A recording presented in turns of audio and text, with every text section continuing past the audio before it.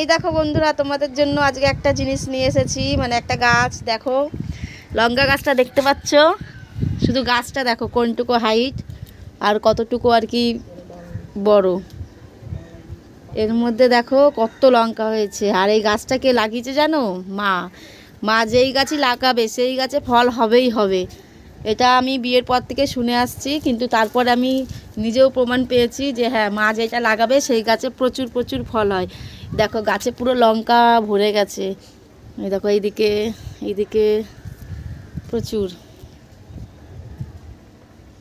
কোথাও আর বাকি নেই। আরও অনেক লঙ্কা আমরা ছিঁড়েছি, এর মধ্যে দু একদিন ওই টাটকা টাটকা লঙ্কা ছিঁড়ে ছিঁড়ে ভাত দিয়ে খেয়েছি। প্রচুর লঙ্কাই হয়েছে। দেখো বাড়ির জিনিস যা হয় তাই ভালো। দেখো চারিদিকে আছে। আর এই দেখো একটা লঙ্কা ছিঁড়েছি।